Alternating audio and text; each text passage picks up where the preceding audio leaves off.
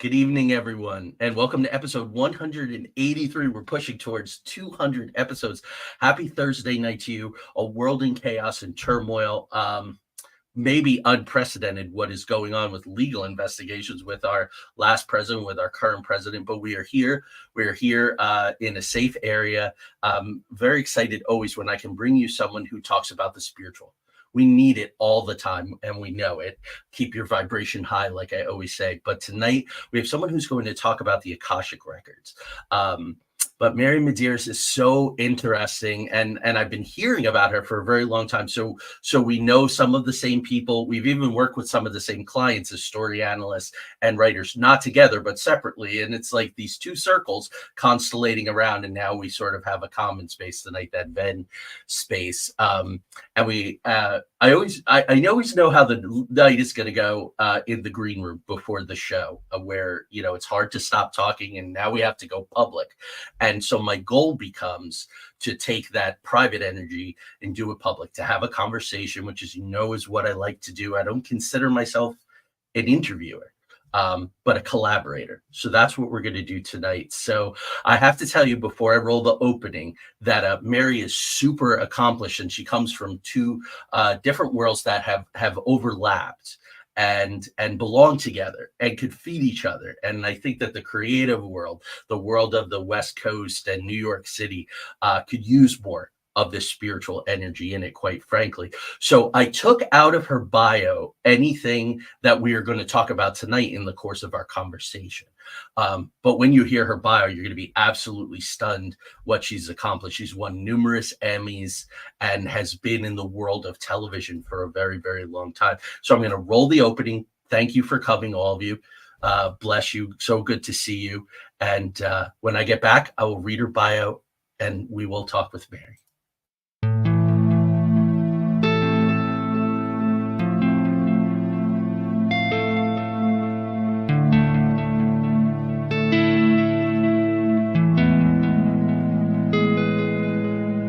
There exists a realm beyond our wildest dreams, a realm beyond reality that the gatekeepers and guardians have always told us consists of nothing but tricks of the eye, weather balloons, swamp gas, sand cranes, fairy tale myths of monsters, crackpot conspiracy theories, and desperate cries for attention. We know this realm exists, and it's just beyond the horizon.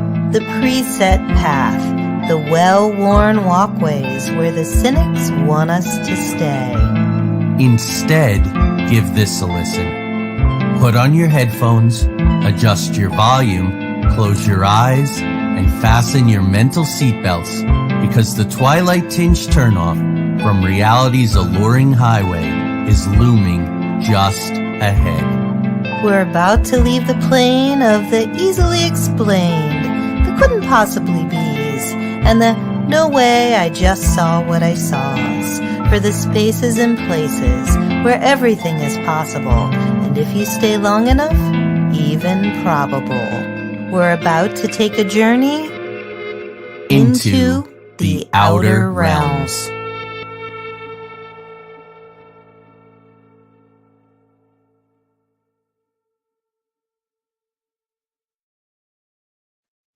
Mary Madeiras's diverse experience as a network TV director spans the best in class of the leading networks in news, sports, talk shows, and daytime dramas in New York and Los Angeles.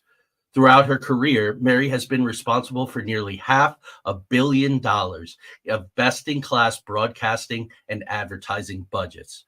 Her distinctive talents culminated in Emmy Award-winning direction for 7 U.S. daytime dramas for CBS, ABC, and NBC. Mary received 2 Emmy Awards for Outstanding Direction at ABC and NBC, in addition to a Directors Guild of America Award at NBC. She won her 3rd Emmy Award for her work on the NBC Olympic Games in Seoul, Korea. Mary directed numerous shows at CBS, among them CBS This Morning and The Morning Program. She spent 10 years at CBS Network News, where as an associate director and director, she became a team leader in global news gathering and quickly learned the value of powerful storytelling. Early in her career, Mary was a staff associate director for CBS Sports and the NFL in New York. She worked as a director at MTV International. If you are already blown away by her accomplishments, buckle in, pace yourself, because we are just at the tip of the iceberg. Good evening, Mary. Welcome to Into the Outer Realms. Thank you for having me. What fun we're going to have. I can tell. Yes, we are. Yes, we are. So I have an interesting, the opening to our show has music composed. That was Tanya's voice along with mine. But the music was composed by our son, who is now studying music composition at Berkeley. So the first thing I want to ask you about is your bachelor's in music education, and in all of the many things that you're doing, you say music continues to be a driving force in your career. So tell me about music. I love music. I write musicals, and so wonderful. I love it. It's the first time anyone's asked about the music. So, we have these parts of ourselves that are just, I like to say it's like the deep love of something or passion. We have many passions. My deepest passion since I was a child has been music. My mother was an organist. And I was, and this plays into the Akashic Records, by the way, because through my Akashic Records work, I discovered a past life where I was, I was living around the Gregorian chant times. Ooh. And what's interesting is when I began to study music in college, and I went in that direction, I remember choosing a Gregorian chant class. And there were only like 3 other students and myself. Nobody was studying that. And I never thought about it because, when we're going, especially when we're younger, we just go for what we love. And later, years later, I realized that I was, I found out that I discovered that I was a cloistered nun, but I was a nun during that time period. And I also had a very profound experience when I was living in New York City and working at the studios, where what is her name? Hildegard von Bingen was she became really popular with like Rolling Stone magazine. And I had literally one of those losing time in my office one night for hours and hours because the music began to play and I was just transported. So what I get is with music, it's probably the vibration and the frequency that we're both super attracted to. Yes. There's no music I really hate. I always have been interested in music from around the world. I just love it. It interests me because, it's cultural. The instruments are coming from that culture and there's a history to it. So I always find that fascinating. I always have. So when I would be directing soap operas, quite often they would have a music department that would score the show. And very often what would happen to me if it was a show I directed, wasn't my role really to pick music, but I would have these experiences where music would come to me. And really, I'd almost drive off the road because it would be like, that needs to be in that montage or whatever. And I would bring the idea to the executive producer, and the executive producer would say, this particular one would say, that's an Emmy-winning choice. We have to go with that. So that's how it informs. And also when I'm writing, and I don't know if this happens for you, Joey, but when I'm writing, a lot of people write with music playing. I've do. Heard that. Yeah. And depending on, I just recently wrote a screenplay, and it's one of the untold stories of Mary Magdalene written into modern storylines. And there was a day where there was a piece of music. I love Hans Zimmer, and I was playing something from Hans Zimmer, blasting it, and an entire storyline flowed through me, and I was sobbing as I was writing. So there's how it informs our work. Yeah. Oh, Right. there's so much overlap here. That's wonderful. So I was very excited. I have a lot of friends who studied acting at Actors Playhouse in New York. I studied acting and directing outside of Philadelphia. But and then you directed your first play, Savage in Limbo, by the brilliant John Patrick Shanley. I love Moonstruck. I love Savage. I read Savage again not too long ago, and I especially, one of Tanya and I's big films that the language speaks to us is Joe versus a Volcano. So I just love him. So how did you go from music education to directing and studying acting at the Playhouse? It was following, that, who is it? This says, Joseph Campbell, follow your bliss. Yeah. Following my bliss. So when I started in New York, kept coming out of college, we come out of college and we're just looking for work. Yeah. I realized my instrument of study was classical guitar. So I was, what was I going to do with that? Perform in New York. I was ushering at Lincoln Center on the side as a job and whatever. And I knew it was just taking me longer than most people to practice. And it was wonderful, but I knew there was something else. So then and then I found another job, which was closer to television at a company called John Blair in New York. And it was buying and selling spot time on television affiliates, NBC, ABC, CBS. And they were pushing me and nudging me at that company to become a sales assistant. I would have made tons of money at that time. And I just was like, and a job opportunity as a secretary, it was called that then, not an assistant, opened up at CBS local news in New York. And it was like, I just knew I needed to get over to the networks. Why? Because when I grew up, all I did was really little. I watched old movies into the middle of the night. That's what I did. When other kids were out doing things, I was watching movies. And I loved storytelling. I always did.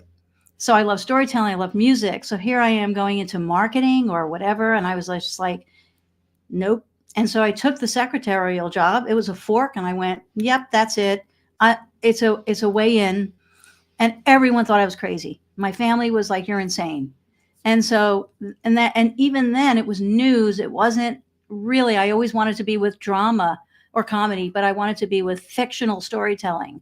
And I knew that, but I knew getting into the network would help me and would start me out. So I was, I think 10 years at CBS, and I worked my way to the network news around the time of Dan Rather and Diane Sawyer. And I was still clamoring and wanting to get onto drama. And so soap opera was the next step. And I just stuck with it. It's like when we have a sense of something, and I'm an example of that, you have to stick with it. Just keep thinking it. And that's what I would do. I would just keep thinking about it, where I wanted to be. I was literally sitting, when I was working on Another World, which was the NBC soap in Brooklyn. I was on that show for 11 years. I remembered going to one of the Emmy shows, and our show didn't win that year, but we were sitting at Radio City, and I said to my friend, General Hospital, that group was like way up front because they always won all the awards. Yeah. And I pointed to the General Hospital crowd, and I said to my best friend then, I'm getting an Emmy on that show. I am getting an Emmy on that show. And I did. Years later, I got an Emmy on the show. I wound up getting a contract on General Hospital, brought me out to the West Coast, and then, which I loved being on the West Coast. And then they needed a director, whatever. They tried me out. It worked. Then I had a contract, and I won the Emmy. That's how powerful when we just say, yes, I'm getting that. Yeah, I grew up on General Hospital. I'm gonna have to tell my mom this. I'm gonna go up in my mom's estimation tomorrow when I tell her who I had on my show. What era was that? 2000 was when I moved out here for General Hospital, Oh, okay. and I can say one of the loveliest actors. They were all. It was an amazing team of people. And my favorite thing is working with actors. I'm known as an actor's director, and I like that. And some producers are a little like, I had one producer tell me, you're too nice to the actors. Ooh. And I'm like, oh yeah. And I was like, if the actors really feel good about what's happening here and they have a director that they trust, the scene will be better. The show will be better. The ratings will be better. Your company will make more money. Yeah. But some producers just didn't understand that. But it was a great learning ground. Best actors I worked with, Jeannie Francis and Tony Gary. Tony Gary is just a sweetheart. That's what I've heard from everyone. I've never met him, and then was that was the era of Sonny though too, right? Bernard. Yeah, Maurice Bernard. Yeah, and also Jackie Zeman, who became a dear friend of mine. She just recently passed away. Yes, she did. Yeah. We continued to be friends after I was not on the show anymore. And the not being on the show was a gift that I didn't know about when I left General Hospital.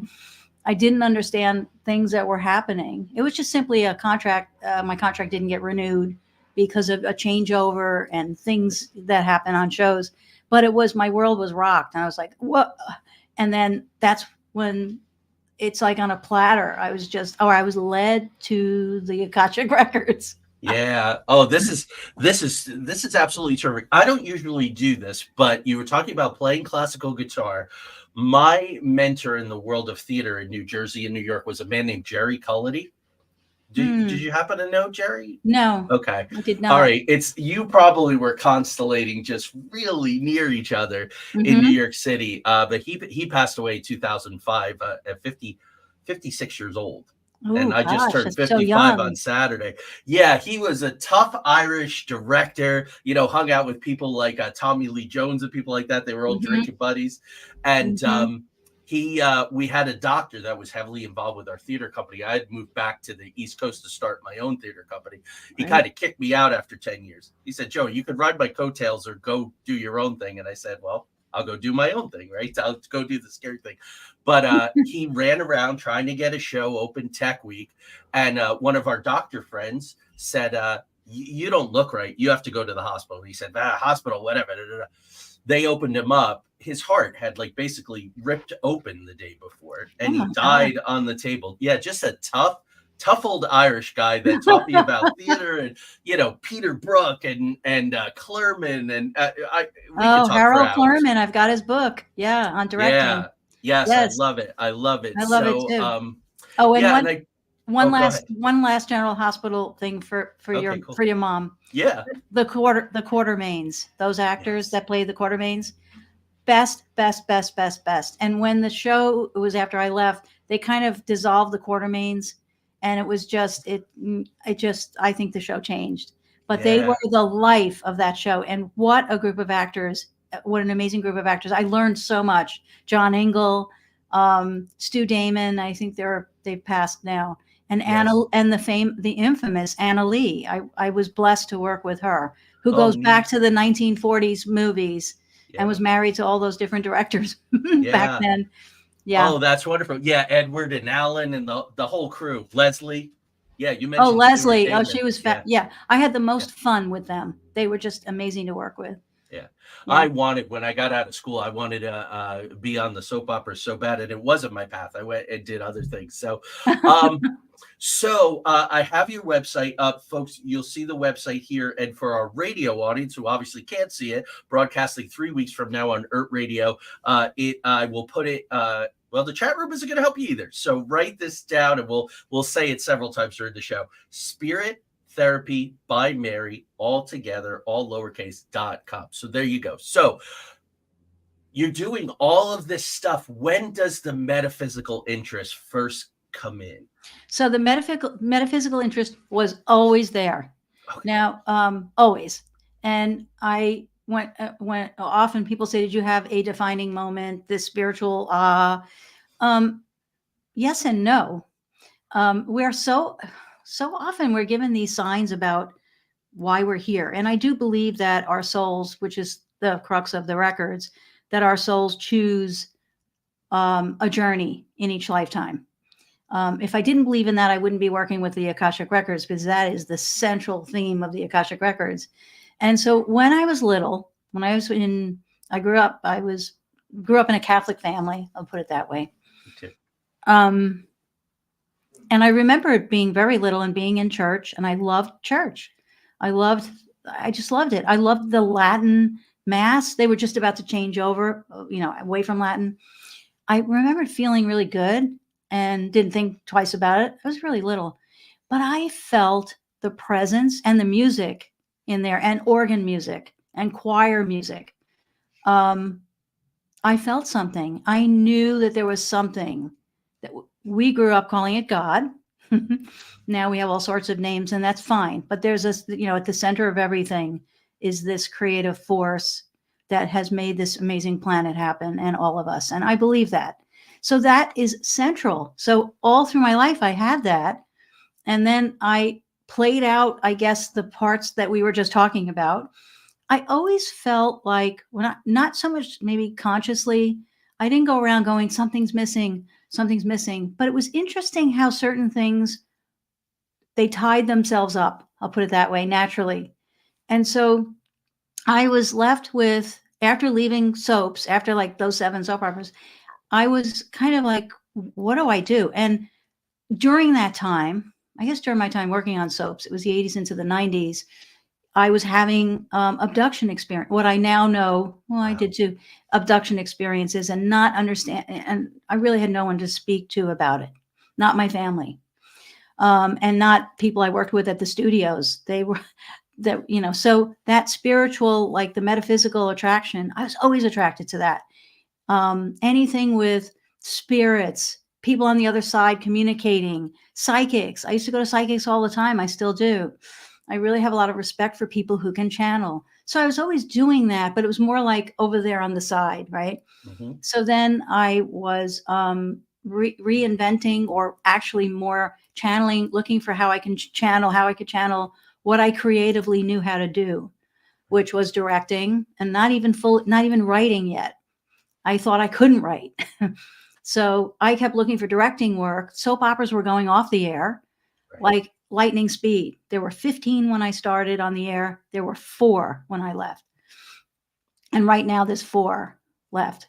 So what was I going to do? So I was creating shows, creating concepts, things like that. Reality shows were hot. I was going back to the network to pitch shows, whatever. And even that, it was like, it wasn't flowing easily. I'll just say that. And so in the middle of all of that, I used to visit this metaphysical bookstore out here, the Bodhi Tree it's called. And I was a usual visit, and I would always go in the back room where it was all UFO stuff. And I was in the room by myself, and there was a book sticking out above me off the shelf. And it was, how do you, no, I should back up. I went to a psychic first. Yep. So I was a usual psychic session that I had with this woman that we loved. And so she said, there's a dude over your shoulder. And I'm like, who is he? And she goes, well, he says he guards your Akashic records. And I asked her, like, well, what are those? I didn't even know. This was like 2008. She's like, I'm not sure, but that's what he says he does. And he translates sacred geometry into creative ideas that he sends through you. Mm-hmm. And what's interesting is when I would work, before knowing that, when I would work with actors, I very often, right on the set, would have ideas that they weren't coming from the script. And I would sometimes, with the more seasoned actors or actresses, I would say, hey, what about this? And they'd go, where did you get that? That's a great idea. And I used to go, it came in. I don't know, it came in. Like, I wouldn't claim it. And so when the psychic said, this is what he's saying, I went home and looked up the Akashic records. And even then, it wasn't like choirs going off or anything. But when I read about it, it was like, yeah, I know. I just know. It was simple. I know this. So then, I don't know how much later, I don't even know if it was months later or a year later, but then I was in the Bodhi Tree and second sign the book. And when I pulled the book down, it called my attention to it. The name of the book was How to Read Your Akashic Records. And it's interesting, it was buried in the back there with other metaphysical and a lot of UFO stuff. And I was alone. And my friends were there, but they were in the front of the store, and I pulled it out and they're like, what's that? And I'm like, I don't know, but I think I got to get this. Mm-hmm. So then I took it home. The way I describe it is I really did inhale that book. It just was like, boom. And then even then I started opening there. It teaches you, it's by Linda Howe. Not interesting, not the Linda Moulton Howe of UFO, right? Ufology, but her name is Linda Howe. And she runs and owns the Center for Akashic Studies outside of Chicago. And so I just flowed through it, and she has you opening your own records before you finish the book. And when I first did the sacred prayer, which is how we do it, I was hearing blocks of thought that were not my own. And so I just sat at my computer and would write, or I'd ask questions and write, follow her lead in the book. And I questioned it. I had my own doubt on myself. Who am I to be able to access this? It was like more like that. So I just stuck with it. Again, didn't leap into, I'm going to study the Akashic records.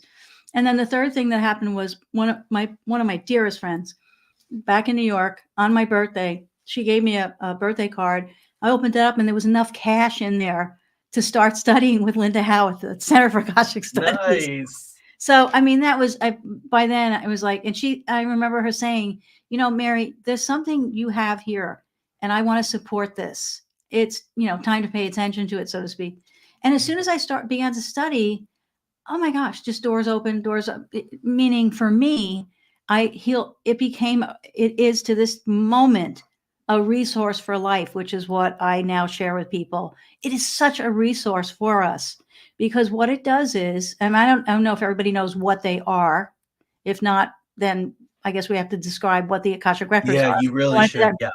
So the Akashic Records have been around since the beginning of time. Edgar Casey was accessing in all of his channelings the Akashic realm, which I didn't even know about until more recently. It's a dimension of consciousness, actually, or we could say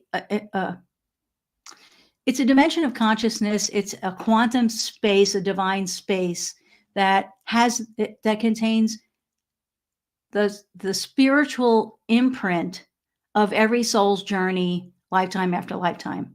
The idea being that a soul comes in, before coming in, makes a choice about what they're coming to this planet, an overarching theme. Not I'm coming in to work here and do that and get married, but more like, what am I here to do? Is it about self-love? Is it about to contribute to the expansion of the planet? Is it to work with children? Things like that. So the soul makes this choice. And then once we incarnate, every one of our actions, what we've spoken, the things we've done, they're imprinted in this spiritual realm known as the Akashic Records. They've been around since the beginning of humanity. They were only accessed thousands of years ago by holy people, mystics. And the reason being not just because they didn't let anyone else do it, but it's because back then it was the mystics, the planet was denser, is what I've heard from the records themselves. And so because it was denser, it was the mystics and the holy people who were raising their vibration, like monks and them. They were raising their vibration so much that they could easily access that realm. Now, because our planet has expanded so much, we have expansion, and people say the veil's getting thinner. Yes, that's because humanity is expanding. We're really not in 3D, even though we think we are. We're more in fifth dimension. So the dimensions have shifted. Not shifted. We've shifted into them. So we have now more access. So if you notice, there's so many more channelers and psychics that are out there. And it's not just because it's a fun thing and everyone's doing it. I believe in what I've heard and understand is that it's just that our consciousness has expanded so much that we're closer to hearing beyond third dimension. And so that's the records. They contain past lives. We know energy never dies. Right. So the records become such an asset, an opportunity for us to realign. When we open our own individual records, we realign with our purpose and we get off of our purpose. All of us do at some point because the world is chaotic. We do have third dimension and there's a lot of fear, which is dense and low vibration. And so when we go into our own records, we're reminded automatically it happens because it's divinity, it's divine, and the divine moves on the spoken word. So as we are speaking inside someone's records, I talk to a client back and forth, the divine is imparting to me blocks of thought that are the reflection of that person's light energies that oversee their records. So you're really, when you're in your own records, you're speaking to the divine aspect, the higher aspect of yourself that exists in all time, no time, actually no time. Right. So it's a little trippy. It can be to people because they're like, well, what is it? Where is it? Is it a library? Whatever. Is it a physical library? No, it's a dimension of consciousness. Are they ghosts over there that oversee? No, they're not even spirits. It's light energy, right? Which is different than a spirit. Who I access and the way that I have learned and I resonate with, which is what Linda Howe has been teaching, are an entourage that oversees each of our records, known as the masters, teachers, and loved ones. So as I say a sacred prayer, I'm opening up with the permission of the person, using their legal name, because that's where the imprint opens up. So I'm not opening up some other Tom Smith. Sometimes I'll have to use Tom's middle name of Tom Smith to make sure I'm opening up that particular Tom Smith. Right. But as I do it, there's this entourage. The masters have never been physical, and they protect our records. They're very high vibrational light energies. Teachers are the light energies connected with each one of our records, that they come in and out of our lives for life lessons. So if we're here for self-love, or one thing we're coming in for is self-love, we'll have a teacher energy in the form of a light energy, and it will it stays with us. And then when we attain, if we're going to in that lifetime, the self-love, we reach that teacher energy, it leaves, and another one comes in for the next choice. This is all about choice. And then the loved ones are anyone who we've experienced love with in any form, family, relationships, teachers, whatever, that are on the other side. So they're the ones that have been physical. And when a loved one shows up, they're holding the integrity of that person's Akashic field. So they're not coming in like a psychic reading to chit chat, and which is great. You can talk to Aunt Sally through a psychic back and forth. That's not their role during an Akashic reading or session. They're holding the energy, but quite often I will feel an energy, and it might feel like a grandmother energy or feminine energy, and I'll feel the essence of the attitude of what that person had, and it never fails. They'll be like, I know who that is. That's my whatever. And they're there to support the goal of that particular session. And most people come to everyone comes to their records. I don't ever pull people in, Right. market it. Everyone is drawn to their records, including me. Which to me is even more evidence in front of us about the reality of the divine realm and divinity itself, right? So people are drawn to their records, and generally it's for clarity, affirmation. Sometimes people feel stuck in something, or they're struggling with something, and the records don't give the answers. The records create more questions for the person whose records I'm in, and then by them answering those questions, they're coming to their own alignment themselves. That's my favorite part of it. Right. So when someone says to me, Mary, you're so good, I go, you better thank yourself, because you've been dialoguing with the higher aspect of yourself.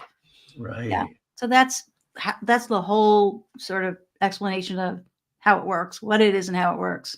That was wonderful. I can always tell you are so you study, you are an advanced Akashic Records practitioner, yes, certified through, and when I have different practitioners on, their ability to explicate what they do, which has all kinds of levels of complexity, tells me what kind of teacher they are. And you are obviously a master teacher, so namaste. Oh, thank you. That was wonderful. So I think let's unpack some things, because we're doing good on time here. So I sort of have my student cap on. This is why the audience knows this. Sure. This is Joey's being a little selfish and learning, but by extension, the outer realmers are learning. So there are those that are channeled, right? There's Pax and Abraham and Bashar, and there's Seth, and all these different. That's a different thing? Are they guardians of the I'm just going to ask you a series of questions trying to unpack these different info streams, I guess. So they're ascended masters. Yeah. And the energy, as an example, quite often the records will show me Eckhart Tolle, and they refer to Eckhart Tolle because of his how he brings forward the idea of the collective ego conscious and the ego conscious, not the healthy ego, but the ego conscious. And the records refer to that a lot. So there are names that will pop in and the energy that I'm reminded of them through the records is they are ascended masters, which, Jesus Christ was an ascended master, is. And so that's what they are. So it is all the same divine soup. Yeah, right. The source. I love Wayne Dyer used to. The source is just wonderful because visually, for me, being a visual thinker, it is this just bright light of infinite. Whatever Mm-hmm. you need is there. You just need to align your frequency. And also the records remind us. So all right, so let's go back to like for the examples that you gave. There are other ascended masters that are not in physical realm anymore, and Mhm. they're available to us. They're not sitting in the records. The records, each one of our records, is our own personal soul journey, lifetime after lifetime. Are they the same energy? Yes. Are they overseeing our records? Most likely not. Are they available? And this is the records remind us all, the Akashic realm reminds me to remind everybody all the time that all of these ascended masters that are on the other side in the form of, Mother Teresa, Gandhi, I mean, we can keep Paramahansa Yogananda, they are available to us, and they're not allowed. I don't want to say allowed, but it's not part of the design of everything for them to just intervene and come in and help us at the 11th hour. Right. We need to invoke them, and I love that word, invoke. I mean, I talk to Mary Magdalene all the time, and I invoke, and I say 3 times, it's just my way. And whatever it is I'm asking for, whether it's clarity or ease of something, or sometimes I can't sleep and I'm just like, because Mary Magdalene was a healer. And so 100% of the time, I wake up the next day and I remember, oh my gosh, I was asking Mary Magdalene and it happened. Is that a miracle? Is it a fluke? Did I do it myself? Well, the answer is I did do it myself because we are divine source. We're no different than that and them, right? And that's another big reminder that we have been, I want to say, kind of as humanity, tricked out of. Yes. We've tricked out Yes. of the idea that, and that's where the collective ego conscious comes in, because the collective ego conscious wants us to believe that's over there and we're over here and we're lesser than. It's like, no, the Akashic realm, divinity itself is us. It's the same. It's not a bearded man in the clouds. We are the same. And so that means those ascended masters, the Paramahansas, well, he kind of taught that.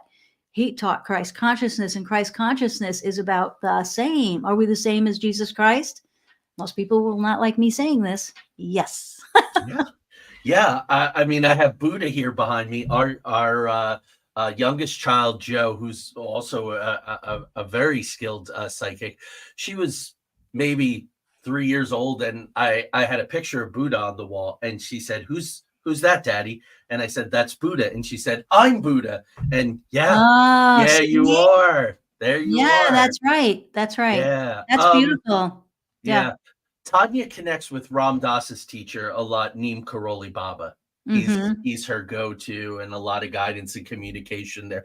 Um, so when I think the most surprising thing of everything is I was on your website for hours and hours reading, was that there's a guardian that we have attached to our Akashic records. So I really want to talk to you about that. What was your guardian looking like, a genie? What was that? Was that a way to get the reader's attention, or? Well, it may have been, I don't know that genie guy. Well, she said he's been with you every lifetime. Now, which one is he? I never actually talked to him and asked.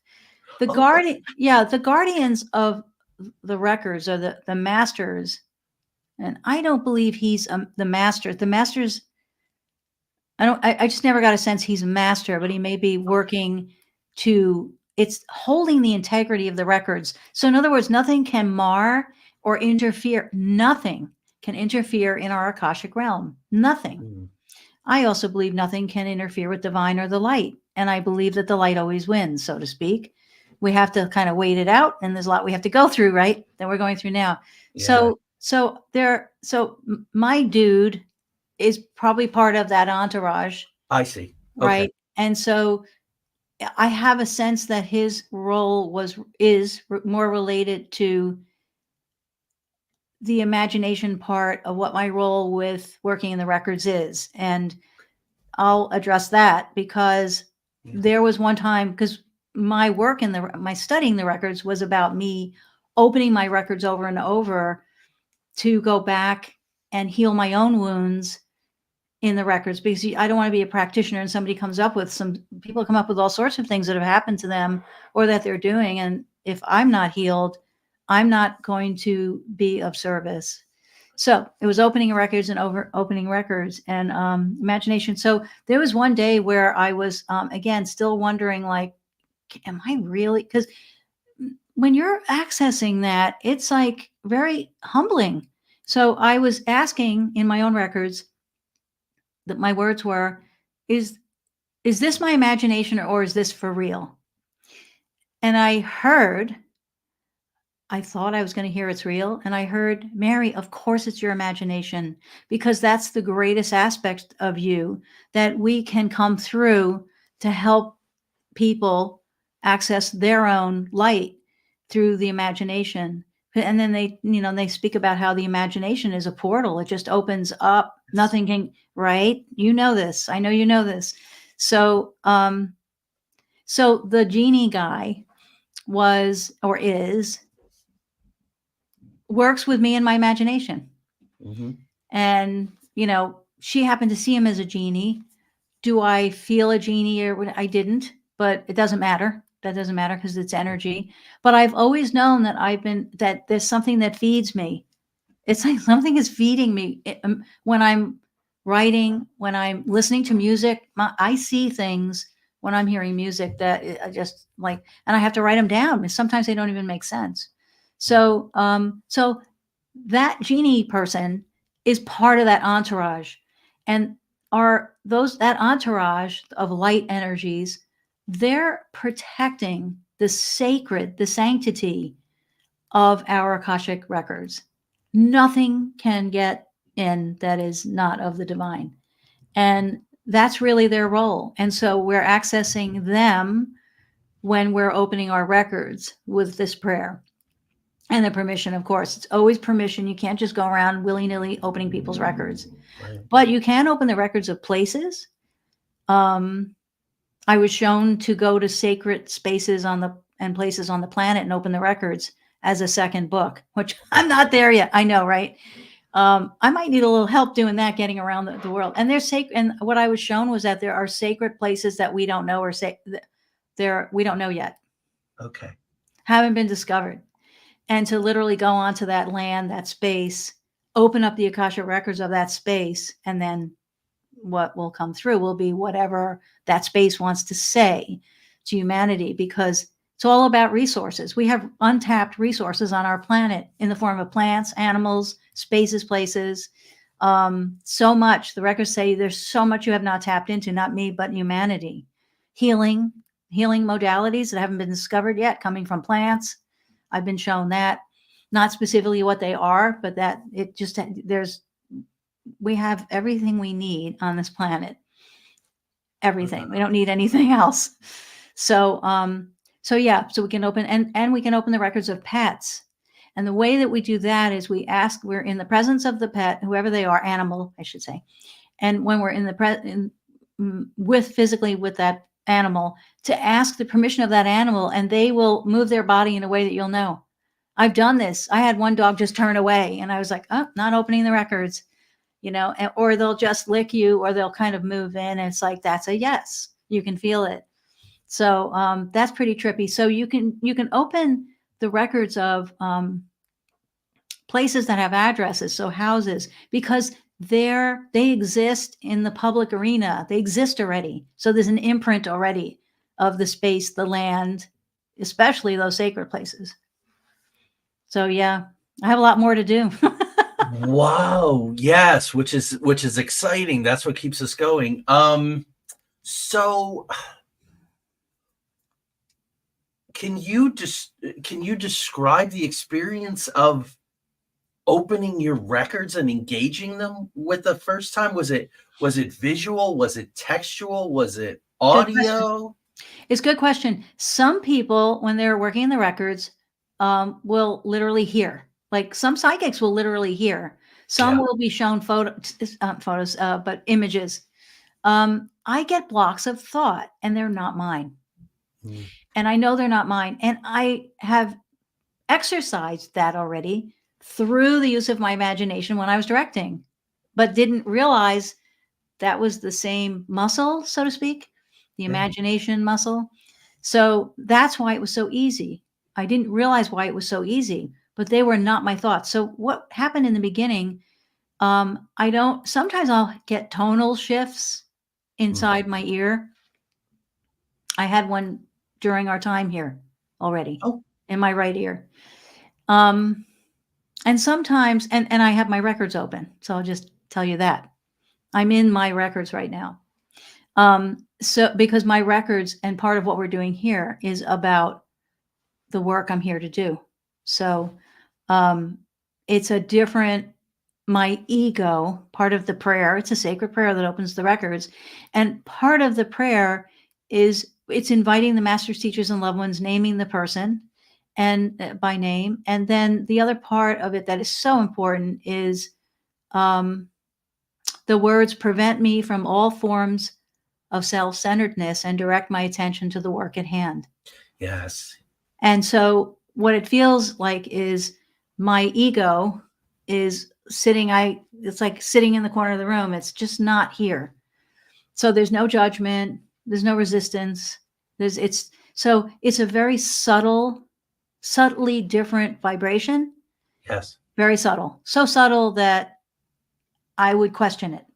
But then what was happening is as I would hear these blocks of thought, sometimes I do, to answer your question further, sometimes I will see an image of that person in another life. I'm not given time periods necessarily. I don't see it because there is no time Mm. in the records. So, but they'll show me them moving about, doing something, and it always relates to what it is they're seeking in every moment. So we don't go into the records to go find a past life. We go to the records for clarity, realignment, and in that, if it serves that alignment to discover a past life, that's what we're going to do.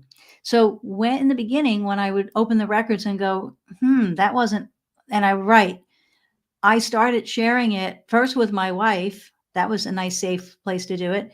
And I would share what was coming through, and she would just sit and start crying and say, "Oh my God." And I would say, "I don't know, maybe it's me. Maybe this is just me making it up. I have an imagination," before I asked that question in my records. And she kept saying, and then my friend that gave me that cash to study, she would read some of it and what was coming through. And they just said, "This is amazing. This is not how you speak. This is amazing. You are tapping into something." And that helped me keep going. I'm Right. sure people who first start channeling, when that first happens, I think it happened. Oh, Esther Hicks. Yeah. Yeah. I mean, her whole thing and her body would start shaking in the very beginning when Abraham started coming through. It was an energy for Abraham that she says she wasn't used to. Right. And she had Jerry with her at the time, which was great to support her in that. But it was really unusual. And for me, the unusual part was it only felt unusual when I questioned it, myself Mhm. in it, not it, myself in it. When I don't, now I don't. I just know what's coming through is coming through is coming through. And it's just remarkable. And every time I close a session, I am of somebody else, I am so expanded. I feel so beautiful. I just feel relaxed. I feel more connected to God, source. And so I know that this is real, what's going on. Right. Yeah. I don't have to go into a trance. I mean, I know that Edgar Casey did. Right. Right. And Yeah. and Madame Blavatsky, who began the whole what was that movement? The Theosophy Hermetic. movement. Yes. Yeah. Yeah. She talks all about the records, and I didn't know that either. And I read a Right. little bit about her years ago, and then discovered later. Same thing with Edgar Casey. I have Edgar Casey books, and I have the book on Atlantis and all that. I had that years before I discovered my role in the Akashic records Right. with the Akashic records. Right. It's really important. The name of my book is The Akashic Way. And the reason that I call it that is because when we look at our lives through the lens of our own records, everything in our lives that we might have overlooked, even the perceived trauma, and I say perceived not to invalidate it, but we perceive the trauma and then we hold on to it. And traditional psychology wants us to hold on to it and bang it and get rid of it and all that. Well, it becomes, when we look through the lens of the records, it transmutes. It's the power of divine right in the session into opportunities, assets and opportunities. So that's really amazing. And I have a terrific example of that, if I could share it without using a name. Please. So there's he actually is a radio host, but he shared this on his own radio show. But I was doing his reading, and he's a shaman now. And there was something he described about how a life that he had before, not in another lifetime, but in this lifetime. And he said, I was awful. I hated everyone. I had such hatred. I would yell at homeless people on the street. And we identified, he actually called that part of him that he referred to as past, Mad Dog. And so I heard the record say, let's look at the energy. Let's identify the energy of Mad Dog. And he did. He goes, very powerful, extremely powerful. I would scream at people on the street. I had such hatred. And instead of focusing on the hatred, the records made the suggestion of looking at the what is the energy of that. And the word was power. And then the suggestion came through, and it was, hey, what about using the power from Mad Dog and running it through Shaman, his first name. You as the shaman. And he went, whoa. So what does that say about the power? Because if we take the perceived, all our traumas, if we look at our traumas through the records are not going to focus on the trauma. The records are going to focus, or they're going to encourage us, everything's about an opportunity, to look at the energy of that trauma. And it can be people who have been raped. I mean, really awful things. And the records are not invalidating pain or any of that, but there's an opportunity to identify the energy. And sometimes we were shut down with our voice. What does that energy feel like? When we pull that energy into the us and the now, it transmutes automatically and it becomes an asset that is part of our uniqueness. And quite often it can even be used in spiritual mind mapping around a brand or business that we have. I've worked with people with their businesses evolved because there were aspects of their life in this lifetime or past lifetime that they thought was just over there and they thought it was on a shelf, and we pull it in and they have new ideas, and that's how the records work. So that's why I like the Akashic Way which kind of came through. Because it is a resource for our lives. It's an amazing resource.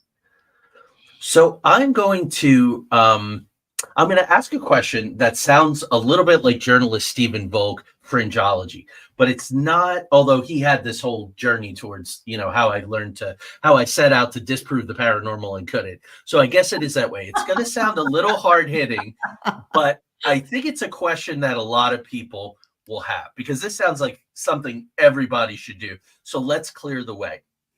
Mm-hmm. So your soul makes some people call it a contract. So your soul maps out its incarnation. And that incarnation, if I'm understanding correctly, is imprinted in the records. Is that correct?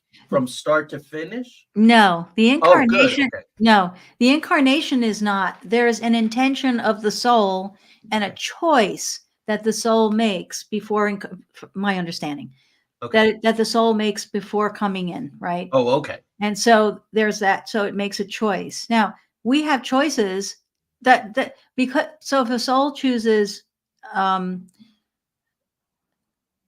going to be an ascended master, like a Paramahansa, I'm going to move the masses to blah, blah, blah, blah. Let's say the soul is like that kind of big picture.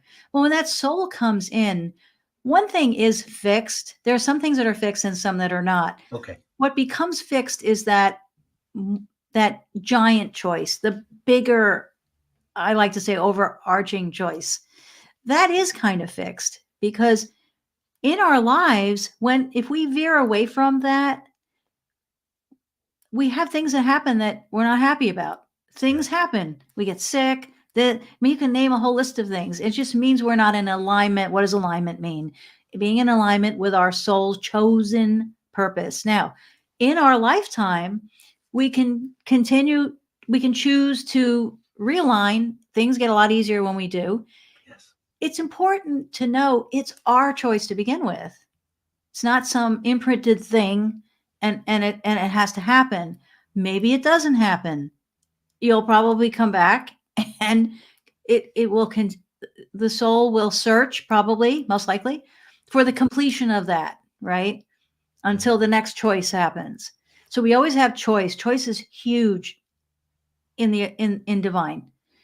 We all are built with choice, and we came in with choice as light energies. So that's how that works, from what I understand. That's great, because a lot of people will tell you the Akashic record is sort of this tape where imprinted that everything that has happened, present, future, and past, is all there, and it's locked. And that sounds like wrong explanation, but it's out there. Right. Here's another thing that's important about this, is that we're talking about energy. Energy never dies. And energy is always shifting and moving. And so, for example, when I either write a reading out, and this is happening, my record showed me this, I could look at readings that I actually did myself, open my own records rather, and I go back and read it from 2008 or 9, and I go, oh my gosh, like I don't remember it. It looks it's new. It's what they've said is, it is new because it's divine energy shifts and moves and morphs. Right. And they showed me as an example, sacred tomes. And they use the word tomes, even sacred texts, the scrolls, those kinds of things. When we are in the presence of them, or hold them if we're able to, we feel something. What is that? It's the vibration of the divine on the spoken word, right? Which happens to be, no matter what language it's in, it doesn't matter. So the shifting and changing of energy is very important to this whole picture of what the Akashic records are. And so when we make a choice, it's not, oh, there's consequences. It's more like we're making a choice and we're moving along as in everything's energy. Right. And our DNA contains, this is really cool too, our DNA contains the energy of every lifetime we've ever lived. So one time I was given an example of a person, let's say, that gets a diagnosis of cancer in the now time. If that person has found out, whether in the records or doing past lives, that they lived in a time, we'll say linear time or third dimensional time, a time period where there was no cancer, it means that they have the energy in their DNA still of no cancer, and their body not knowing cancer. So we have not nearly tapped into the power that we have, including myself, inside our own DNA, inside the energy. Bruce Lipton talks about some of this. Yes. And so we can literally intend, and people have said, well, how do I do that? You just ask. And we resonate when we do find out about a past life, right? That affirms it for us. Like, yeah, no wonder this and that. Things make sense. So now we know a past life. We know that past life didn't have the thing that we might have now that we don't want. We can invoke the energy of that past life, and it activates right away. And then our body will know no cancer. It translates into that. So that's a little trippy, a little ethereal stuff, but it's where we're going. And what I get is that humanity began that way. We began knowing way more about energy in our bodies, and divinity and divine than we're organized systems, I'll call it, right. Including religions, have not helped. Right. But I agree 100%. Right. But it's getting unpacked, because it's almost like what's coming up through it is just the light, the truth. So, here we are. But anyway, so the energy of the DNA is another powerful one. So it is evolving, changing, shifting all the time as we are, and we always have choice. But for the one fixed thing is that overarching choice that we make as a soul and why we're here. I mean, think about it. There's probably a lot of people who are sitting going, why did I choose to be on the earth at this chaotic time? We could go into the records and we'll find out. There'll be clarity about that. Wow. So that's a wonderful tool because I am hearing that from so many people. Why am I here now? And Yep. I don't want to say that I was lucky, and I got a lot out of Catholicism. When I made my confirmation, I thought I was going to become a priest. I'm Realized going to be a I nun. just I liked girls a lot, and I couldn't make the commitment. And then the dogma and all that got out of the way, and I saw all of this stuff, and I created new mystics going. All these systems have these overlapping things, and the work of Joe Campbell and all of Yes. that. But this is super important to know that we are here for a reason right now, and that like I'm also hearing too from people close to me, evil is winning. Evil always wins, and I just don't believe it. As a storyteller in my books, evil never wins. Good organically wins. And when I had my social justice, although that's become a complicated term now, but so socially conscious theater company, I would have the kids split into two groups, and one would do like a hate word mantra, prejudice, evil, darkness, hate. The other ones would do love, light, empowerment, communication, communion. And yeah, in the beginning, always the kids with the negative dark words would just be running herd over the other kids. But instinctually, the kids with the love and light words would hold hands, they would begin to dance, sometimes they would sing, and you would watch. It would get to the point inevitably where the kids with the dark words, the negative words, would go, can we stop this? Can we join them? Can we go over to theirs? Yes, just be organic. And I believe in those little experiments in my living room in a holler in West Virginia for years when I had the theater company. I was doing a lot of experimental work on vibration, energy, because Stanislavski was all about the antenna, the light focus. That's a major part of my work, is that spirituality and the acting world, just like you said, when they're in alignment, storytelling. So sorry here. So no. And Yeah. who is a perfect example of that? My wife is an actress, and she studied with a person who was asked to run Lee Strasberg's studio in London. And so she studied, but she's still studying with her. Her name is Mimi Gina. A perfect example of that is D. Wallace Stone, who now is known as D. Wallace. Okay, and we know her. My Christine studied with her a lot, and we became friends with her. And when Dee discovered it was Abraham Hicks, she then began to incorporate, which of course made sense because the Lee Strasberg way, Stanislavski way, is to, your inner world and your outer, you're working both. You're not just going around pretending something. Right. And that's my favorite way. I love working with actors who work that way. I'll just say that, because I believe that's you can get much farther as an actor, I believe, when you are working in that way and you know yourself so well, and that means your spiritual self. So yeah, and I think Dee is, at one point, Dee Wallace went fully spiritual, and I think now she's blended both. I think she's still doing acting workshops and things like that, and still acting herself, by the way. Yeah. Yeah, because she played the mom in E.T. Yes. Oh yeah, we love her. Yeah, that's wonderful. Yeah. Very, very cool. So listen, with the few minutes that we have left, I'm really curious.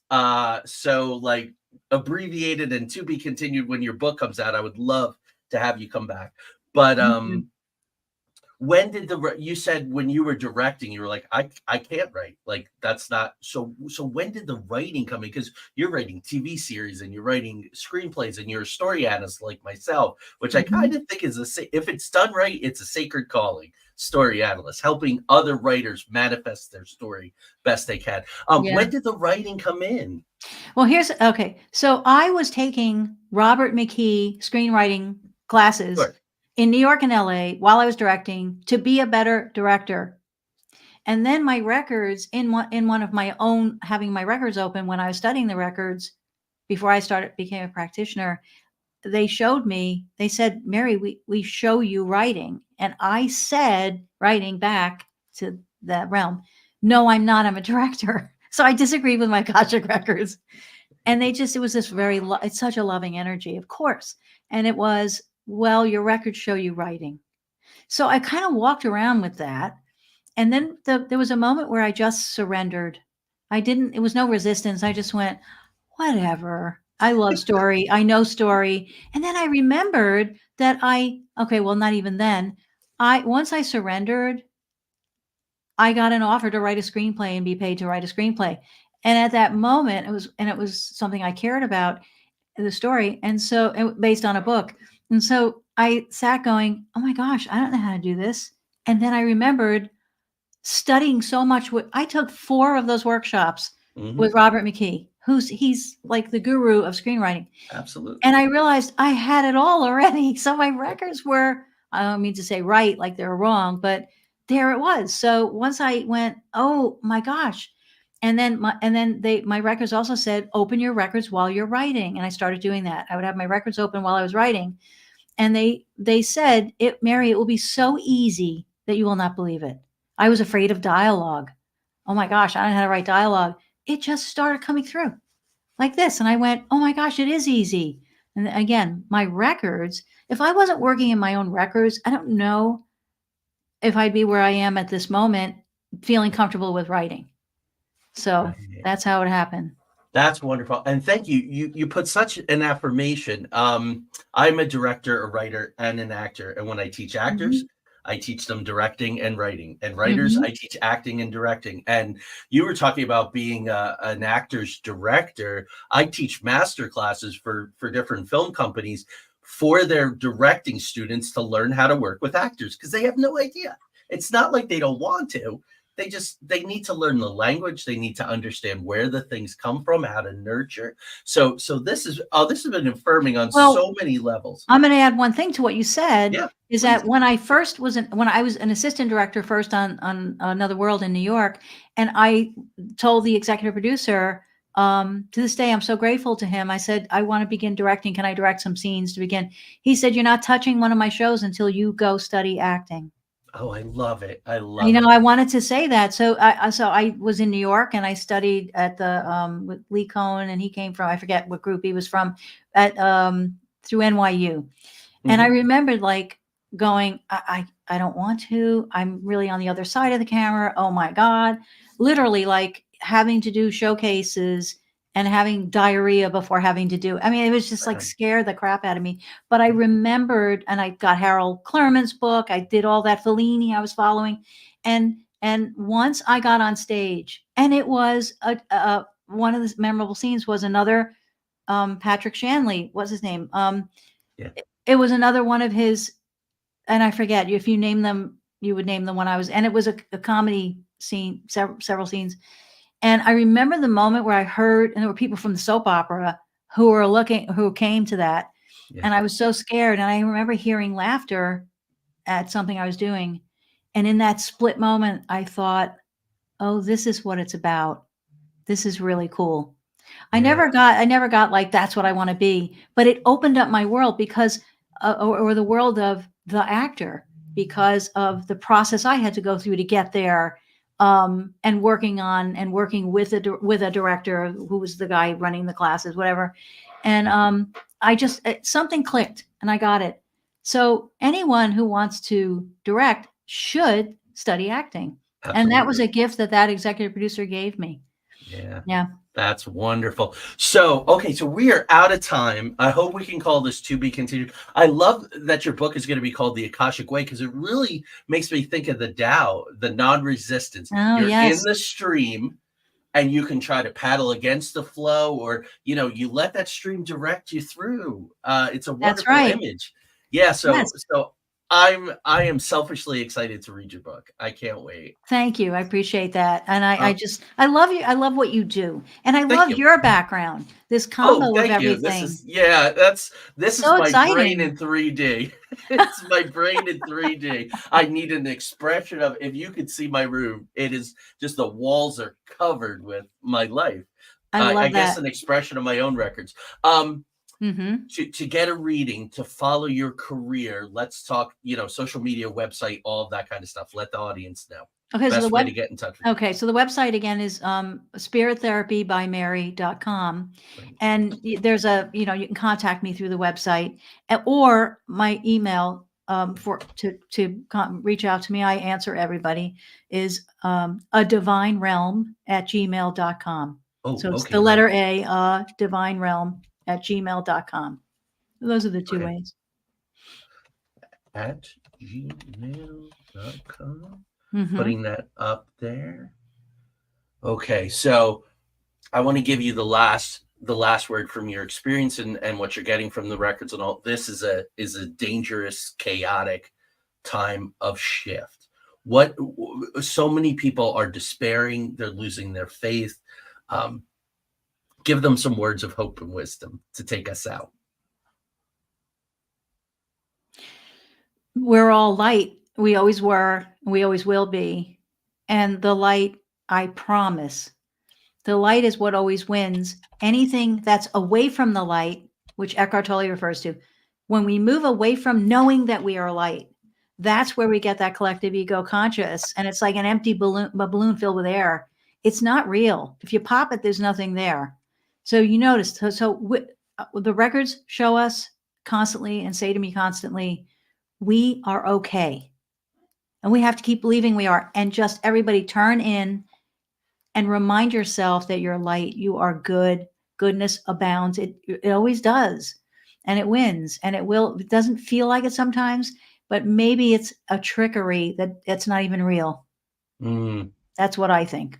I knew you're the right one to take us out. Thanks everyone for being with us. We're getting all kinds of wonderful comments. Thank you for the wisdom and the knowledge and the learning. Everyone, we will see you next week. We're going to shift gears and we're going to go to the famous 1990s Rendlesham UFO experience outside the Rendlesham Air Force Base. Big stuff there. My colleague Craig and I will be doing that. We're going to take Thanksgiving off, and then we're going to come back and we're going to look at deep underground military bases, including Raven Rock. But in the new year, we got really cool people coming on. And so thank you all for staying with us a little long tonight. Mary, thank you so much. I want to Thank thank you you. publicly. I'll thank you privately as well. Thank you, everybody. Peace.